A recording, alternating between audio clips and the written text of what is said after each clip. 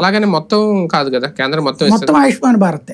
అవునా, వాళ్ళు 5 లక్షల రూపాయల దాకా ఇచ్చారు కదా, ఈయన 20 లక్షలు. కాకపోతే 20 లక్షల కేసులు ఎన్ని ఉంటాయి, 1% 2% ఉంటే అంత మించి ఏముండదు కదా, 5 లక్షలు అంతే.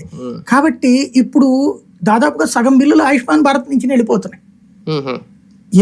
ఇక భవిష్యత్తులో చేయదలుచుకుంటే అంటే మేబీ నేను అనుకోవడం మోడీ మరొకసారి అధికారంలోకి వస్తే ఇప్పుడు ఇవాళ ఆరోగ్యశ్రీకి వీళ్ళు ఎట్లయితే పెట్టారో సేమ్ టైం కేంద్రం పెడుతుంది, డైరెక్ట్ గా సెంట్రల్ కి పెట్టడమే. సెంట్రల్ ఆఫీసులు ఎక్కడికక్కడ పెడతారు.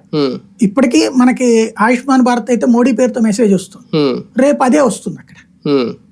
ఇప్పుడు ఇక్కడ ఏమవుతున్నదంటే ఆయుష్మాన్ భారత్ బొమ్మ అక్కడ పెట్టకుండా తీసేసి తర్వాత చెప్తున్నారు.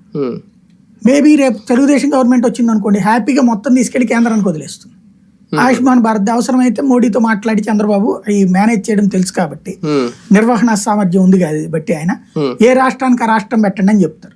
అప్పుడు ఆంధ్రప్రదేశ్ నుంచి ఎన్ని కోట్ల మంది ట్రీట్మెంట్ తీసుకుంటున్నారు అనేది కేంద్రానికి కూడా తెలుస్తుంది. అప్పుడు నిధులు కూడా పక్కదారి పట్టకుండా ఉంటాయి.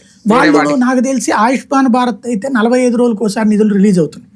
వీళ్ళు ఇప్పుడు ఆరోగ్యశ్రీ హాస్పిటల్కి ఇచ్చిన డబ్బులు ఈ మధ్య కాలంలో ఆయుష్మాన్ భారత్ డబ్బులే, ఆ డబ్బుల్నే రిలీజ్ చేశారు వీళ్ళు. అట్లా రాగానే అటుకి మన 50 కోట్లు ఏదో ఇచ్చారన్నారు.